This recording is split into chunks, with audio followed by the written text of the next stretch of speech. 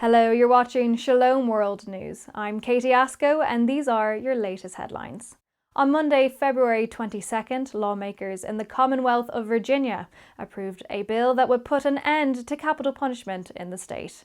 The repeal legislation would apply to 2 prisoners currently on death row, converting their sentences to life in prison without parole. The state Senate has passed the bill with a 22-16 majority, and Virginia State Governor Ralph Northam is expected to sign it into law. Earlier this month, the Catholic bishops of Virginia expressed their support for the bill, calling the death penalty an offence to the inviolability of life and the dignity of the human person.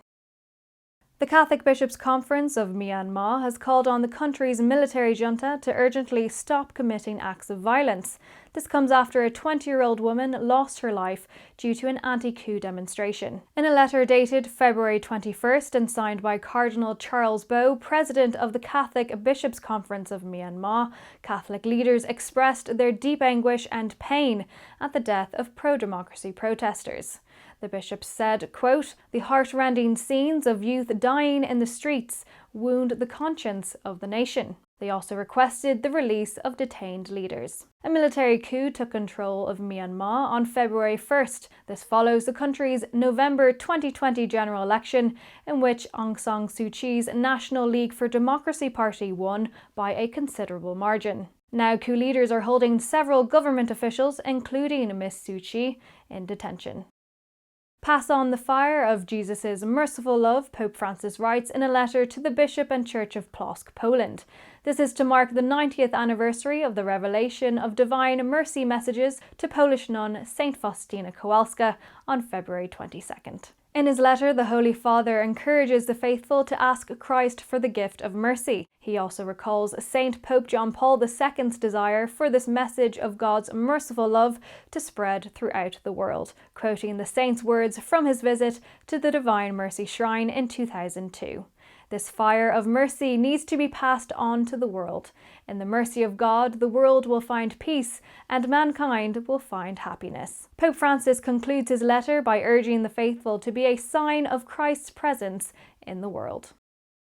On February 20th, the Pontifical Academy for Life organised an online memorial service. This was to honour the doctors, nurses and other healthcare professionals who lost their lives fighting the COVID-19 pandemic at the front line. In a letter addressed to the president of the Academy, Archbishop Vincent Paglia, Pope Francis expressed his gratitude towards the healthcare workers, commemorating their generous and heroic virtues. The Italian government has established February 20th as a national day of healthcare personnel to remember their contribution to society. In a Twitter post, President Sergio Mattarella described the day as the country's acknowledgement of those who are at the forefront of dealing with the pandemic emergency. He lauded the professionalism and self-denial of the frontline healthcare workers.